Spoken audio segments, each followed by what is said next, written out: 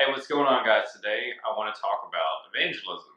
And so, as a new guy, you may be starting in a new work and you want to know how to get a church going on evangelism and how to go about trying to do that in an effective way. So, that's what we're going to talk about today on Help Me Preach.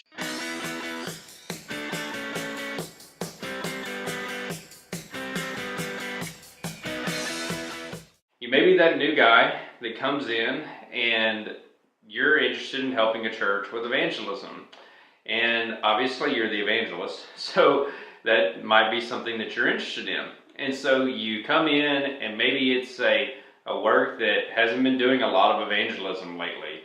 And so they're trying to figure out what they need to do and how to go about this process and everything.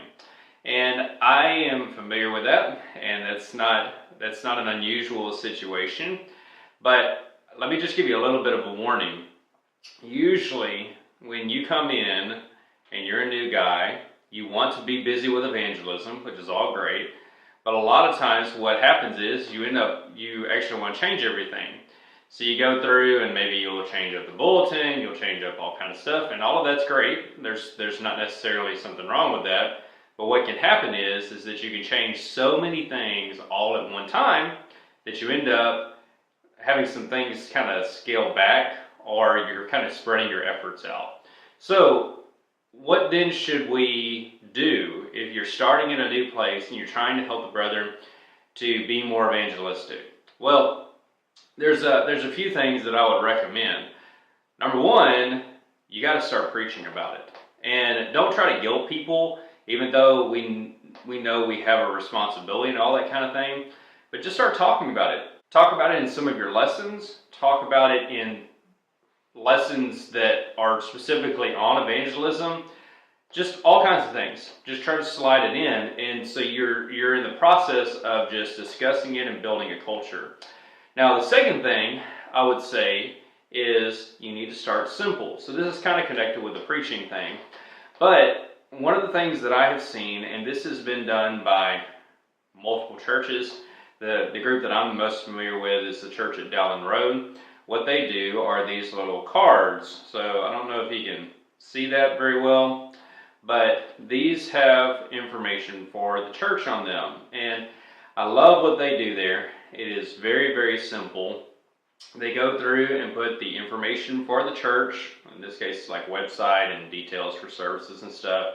And then on the back, they have basically some really simple stuff. If you are ever looking for a church where your kids can really learn the Bible, that teaches the truth of God's Word with love, where joy and forgiveness are real, with solid Bible answers for difficult times, that is a real family of caring Christians, I recommend whatever. And they have a little line beneath and all that kind of thing. And so this is done at Dowling, this is done at other places. My buddy Ben Lee that was on here not that long ago, he just did some in West Main. And so this is a really, really simple step. Now, where do you do this? Well, you can go through and go to Vistaprint. Vistaprint is where I got these, and you can get them like really, really cheap for a lot of them. And you could use like a stock thing that they may have, a Bible. In this case, this is actually just an image with a box on top of it. It's pretty easy. There's a lot more that I could get into, but if you have questions about how to make the cards, just hit me up. So that's kind of the first thing. Start talking about it, and then second off, start with something really, really simple. Now, again, you're trying to build a culture in the sense of this is what this church does. Obviously, in Scripture, the church was about evangelism. That's what the church did. But a lot of times it's easy for churches to kind of get into funk and not do it like they ought to. And so you're trying to help get this into just the DNA so they do it all the time. Now, a third thing that I would say kind of connected to this is to build accountability. So one thing that Dowling Road does really, really well is they try to, include a lot of people, right? So that's kind of building the culture.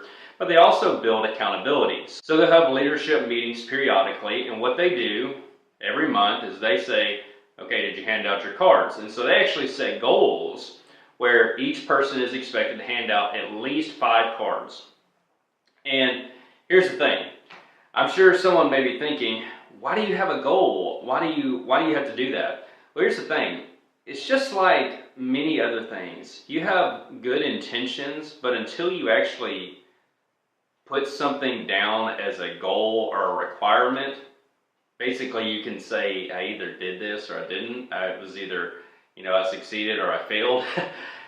They just kind of, you just kind of have this blob of, well, I kind of did it. I feel like I've been inviting people, but unless you actually track it, then you never really know.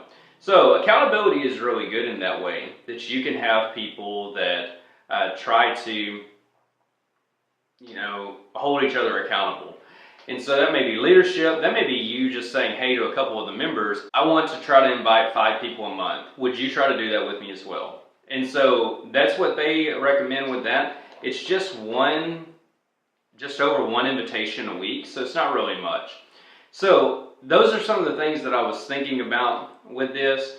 And so kind of coming back to being that new guy, how do you integrate this? Well, again, it's really easy.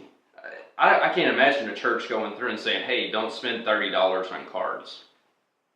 That's not going to happen, most likely. And then who do you invite, right? Well, you go through and you invite just the woman at the cash register. If you invite someone that served you for a meal, whatever the case is. So you've done the first thing, right? You're going through and you're preaching about it. You've done the second thing. You're starting simple with having cards. And so now the third thing is that you are building accountability. And so fourth, you're trying to be the example. So here's the thing. Honestly, when it comes to evangelism, you can only control yourself. And you can encourage people and you can motivate people. And you might get frustrated that other people aren't involved and that people don't see the need. Hey, that's just going to happen. And that's just the way that it is. And until people see the need and they really get it in their mind that they want to do it, guess what? It's just really not going to happen. So what you have to do, and this is a reminder to myself, is that you have to be the example. You only control yourself. And so you need to keep going. And if you're the only one that's doing this, well, then you need to set standards for yourself. Set some measurements. Did you invite the people that you wanted to invite? Whatever the case is. So I hope that was helpful. If you have some questions or some more information on that, I'd be glad to go through and talk about it. Just remember, this is a really, really powerful biblical principle. The majority of people in churches today are there because somebody invited them. Whether it's a friend or family member, that's usually who's there. And this is a biblical principle. You see it in John 1 with the inviting that is there. And so there's a lot of places. And so all we're trying to do is just give people the opportunity. And so there's a lot of other things that you could do with evangelism. And those are perfectly fine. They're good to consider. But the thing is, what you want is a culture. And I think this is a big part of it. And so if you have any questions or anything you'd like to add, be glad to talk about it. Love talking about evangelism. And so if you have a comment, put it down there. Like this video. If you haven't, feel free to share it with friends or family or whatever the picture is. And make sure that you subscribe. If you haven't subscribed, go ahead and hit that bell as well when you subscribe. Because if you don't get the bell, it won't send you the notifications like on your phone and stuff like that. So anyway, we'll catch up with you later. Have a great week, guys.